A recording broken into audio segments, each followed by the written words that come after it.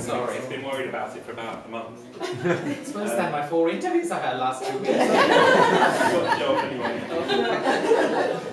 So I've got, mine's quite long and then we're quite short on time, so I'll carry on. It's not that funny actually. I sort of was quite, I was reading it down and I thought, well, it's not very funny. Anyway, first thing I'd like to do is to thank a few people as well, and I want to thank my family for being so supportive, because they are very supportive. We're small and perfectly formed, some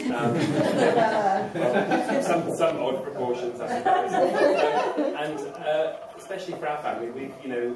Some of you know our family well, some of you don't know our family well, but we've got a bit of a checkered history with marriage, I would say, is something, and I suppose we've now found that the only married one of us is probably the most dysfunctional, the first man to get married to another man in Jersey.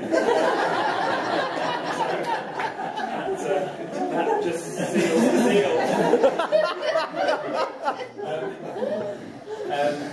I'd like to thank them all because Stephen has been, oh gosh, sounds like I'm angry with him. Stephen has been an enormous part of my life, not only for the fact that we lived together for so many years, but he's a best friend and a brother, and a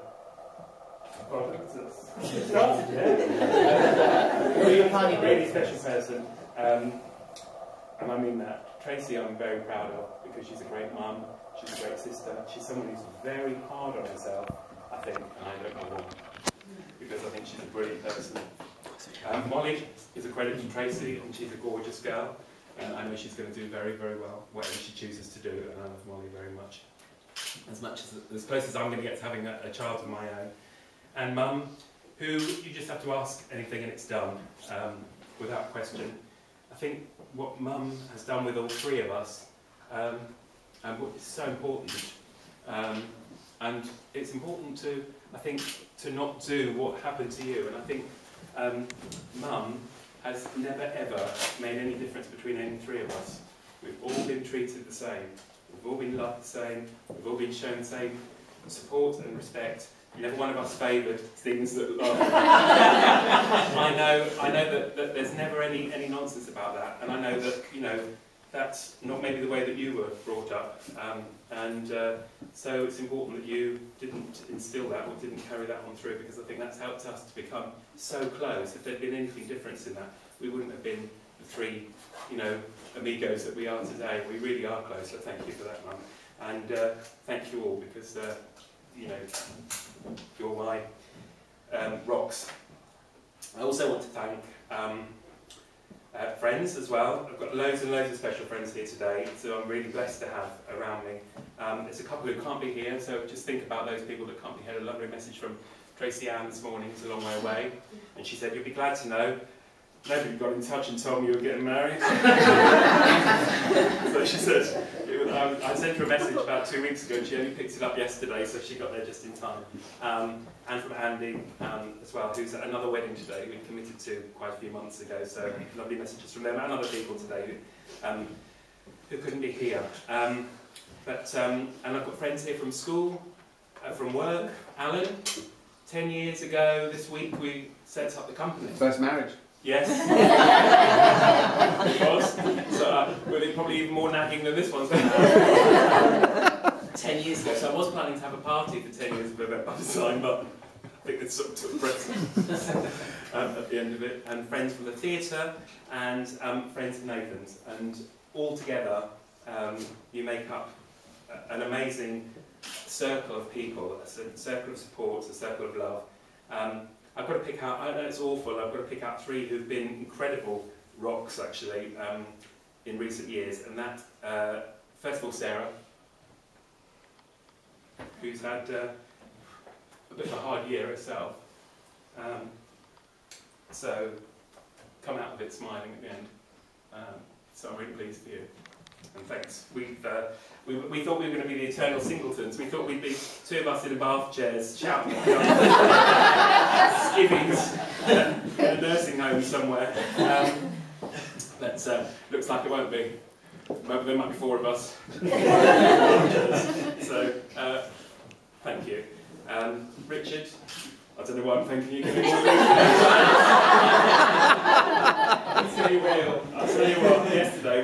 having a nightmare of it, and I said, Richard, we've got to go, are you ready? Yeah, I've been to the loo, yeah, I'm going to wear my shoes on, and have a cup of tea first, you know.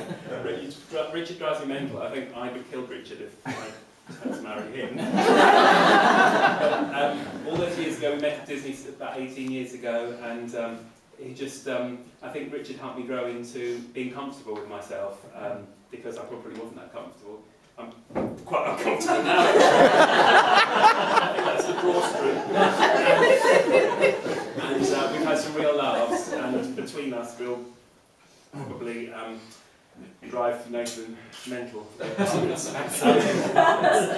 Abby, who, well, if people celebrate pearl weddings, and I think we've had our sapphire engagement or marriage this year. I think we've been friends. Oh no, sorry.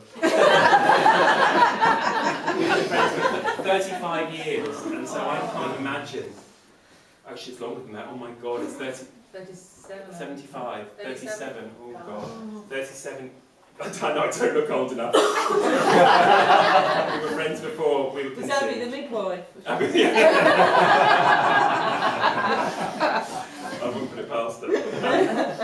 And Abby, I don't know. Again, like another member of my family, I can't imagine my life without Abby, because again, she never asks any questions. She gets on with everything. She gives me advice. She's very good at giving advice, but she's an expert on everything. She doesn't often take it herself, but she's very good at giving advice. She's got me through some tough times, but from an exterior that's hilariously funny and incredibly brash sometimes, inside I think there's a heart, if you don't mind me saying, as big as you are. I don't think anyone is as soft, as mushy, as loving, as loyal, or anything as you are. So, thank you. Sounds like one of the Labradors. He's got a very wet nose.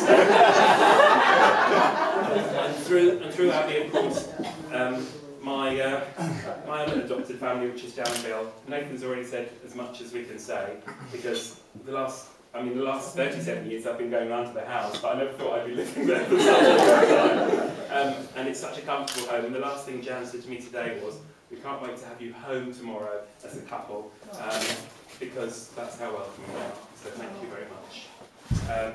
Anyway, so I'll now talk about my civil partner. I should say husband for today.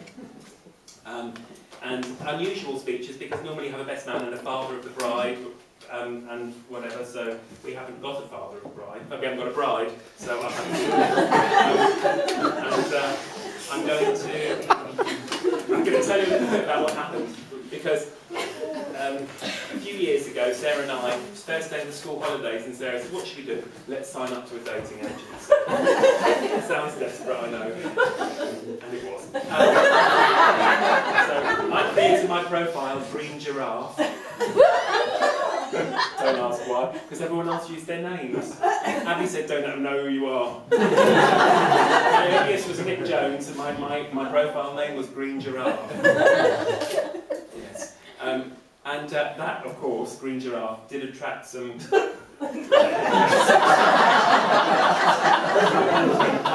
I nearly would have been having my wedding in Guernsey, but for the fact that after he spoke to me, he sent me a text saying, P.S. what size waist are you? To which I returned a text saying, why are you going to buy me a pair of jeans? The next person I spoke to, who had a pet mouse in the skirting board and a pet caterpillar, said, yes, please phone me so we can have a chat. So when I picked up the phone, he said, oh, you're a bit posh, aren't you? No, I don't think so. It wasn't Richard, was it?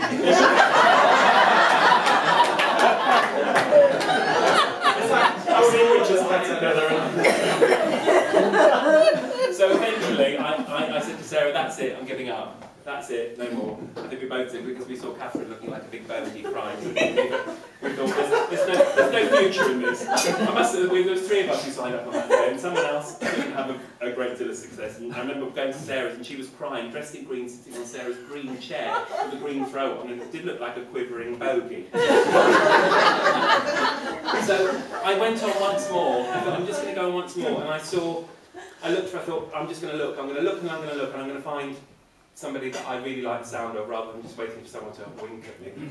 And I saw a photograph and I said, I emailed this person, Nathan, whatever he was called, Nathan282, and I went to Sarah and I said, look at this picture. I said, oh, he's gorgeous, I've got no chance. And I said, there's no way he'll reply to me. And the next day I got an email back and it started from there. It started with lies, let me tell you. Because Nathan282 said, 32 years old. Oh. 5'6". Now let me tell you, I'm going to make this one up. The first time we spoke, I said, well, you're a bit younger than me, because I think I was 37. And he said, I said, you're a little bit younger than us, but we're both in our 30s. And he went, yes. And he went, can I tell you something? He said, I'm not 32. I thought, oh God, he's 18. I'm going to be arrested. He said, I'm 37. And I went, oh, that's okay, so am I. And he went, yes. And then when I met him, he said, well, being 39, I said, you told me you were 37. Oh, I can't remember. Two lies.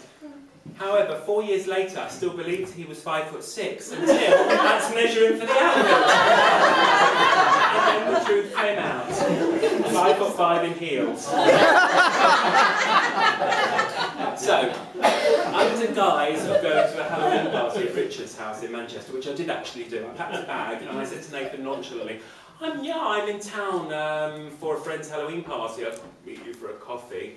And then waiting for him to say, okay, then I booked my flight.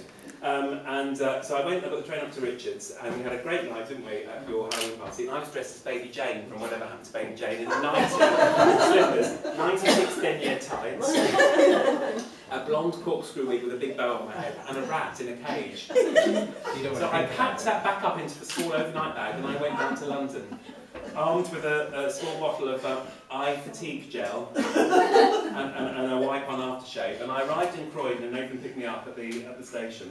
And then he said, oh, let me help you with your bags. And as he opened it, the rat in the cage, the wigs, the 96 denier tights, and the nightie. But he didn't judge. I haven't been allowed to wear it since. We went back to Nathan's house. I should be filming the same as what now? He said, can I make you a cup of tea? And I said, oh, that'd be very nice, thank you. I'll have a cup of tea. So sitting on the sofa having a cup of tea. And then 2 minutes later, there was a knock on the door, and he went, just go and answer the door. It was Sal. And I borrowed the Hoover. Oh, no! And then they went outside, and then she was gone. And I don't know whether that was a, yeah, all right. Or I'm on standby if he's got an axe in the back. But he's got a rat in a cage. So he made the cup of tea, and I was sitting at one end of his large L-shaped sofa, and he was sitting at the other, and he got his camera out and said, can I take a photograph of you? And I went, okay. So he took a photograph of me, and he went, oh, isn't it nice? And I was sitting about Bulgarians, and you know me, no facial recognition, no glasses on. And I said, well, actually, that's probably a bit far for the sofa. And I said, oh, I can't see it. And he went, let me bring it very close. So he brought it like there. And I went, oh, yeah, that's all right. And he went, I'll kiss you. And